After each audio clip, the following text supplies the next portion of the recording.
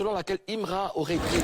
Mais vous voyez, Imra a été nommé dans les six catégories, mais il n'a pas eu aucun trophée. Donc, vous voyez, mettez votre avis dans les commentaires.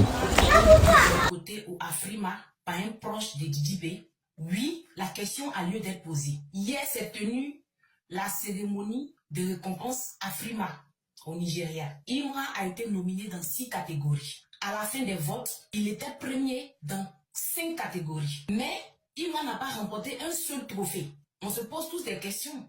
Donc, je suis allé fouiller sur Internet. Et c'est là que je suis tombé sur un post de Afrima qui dit que les votes du public comptent 30%. Ensuite, il y a les notes des jurys qui comptent 70%. Il y a 13 jurys qui viennent de plusieurs pays africains. Parmi ces 13 jurys, il y a un Ivoirien. L'Ivoirien, il s'appelle Guinéza. Guinéza est un homme très influent du showbiz africain. Le voilà sur les photos avec Oumou Sangari, avec Stromae, avec Papa Mbappé à son âme. Il est manager à Believe Côte d'Ivoire, c'est un label. Il a été aussi, par le passé, directeur du live à Sony Music et aussi directeur du live à Universal Music Africa. Universal Music Africa, c'est le label de Didi B. Ils ont été aussi le label du groupe Kiff No Beat. Voilà le profil du monsieur. Il postait les clips du groupe Kiff No Beat. Donc, il a travaillé avec les Kiff No Beat. Aujourd'hui, il travaille dans le stade des Davido. Il organise le concert des Davido dans plusieurs pays africains. C'est pas Davido seulement. Il organise aussi le concert de Wizkid, de Rema.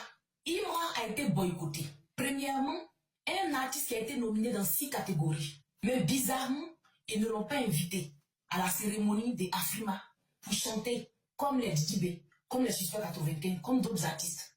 Deuxièmement, fin 2024, vers décembre 2024, Imra, dans les classements, dans les charts en Afrique, Imra a dépassé Wizkid. Wizkid, il a dit qu'il est choqué qu'un artiste francophone le dépasse dans les classements depuis des mois. Au début de l'année 2025, j'ai fait une vidéo pour en parler. Et ce monsieur, Guinéza, qui est un Ivoirien, lui, il organise le concert de Wizkid. Et Imra n'a pas été invité à cette émission. Imra n'a pas presté. Il n'a pas remporté un seul trophée. J'ai dit qu'il y a eu boycott. Peut-être que ce n'est pas ce monsieur. Peut-être que c'est les labels qui sont en concurrence. Donc, Imra, il a été calé parce qu'il n'est pas de leur label. Après l'enquête, Guinéza, il travaillait, ou bien il travaille toujours à Sony Music. Sony Music, c'est le label. Ça veut dire la maison de distribution de Davido et de Wizkid. Voilà. Donc, peut-être que c'est ce label-là qui a boycotté Imra. Parce que Imra, lui, son label, c'est Warner Music France. Il y a une concurrence. Il a été boycotté. De toute façon, il est très influent en Afrique. Tous les artistes nigériens, bah, ils ont peur. J'ai dit Wizkid. Il a dit qu'il est choqué qu'un artiste francophone le dépasse dans les classements depuis des mois. Donc, peut-être que c'est les labels qui ont boycotté Imra. Et le troisième point, c'est le fait que Assel Meril, le comédien, qui chante de temps en temps, il a remporté le trophée de meilleur artiste francophone. Moi, je suis choqué. Quels sont les critères des membres du jury? Assel Meril a chanté quoi jusqu'à il remporte le trophée devant Imra. Imra, sa musique est écoutée dans toute l'Afrique. Allez voir sur Apple Music de tous les pays africains. Vous allez voir son album est dans le top. Et Imra n'a pas remporté ce trophée. C'est là que je suis choqué. Il y a eu boycott.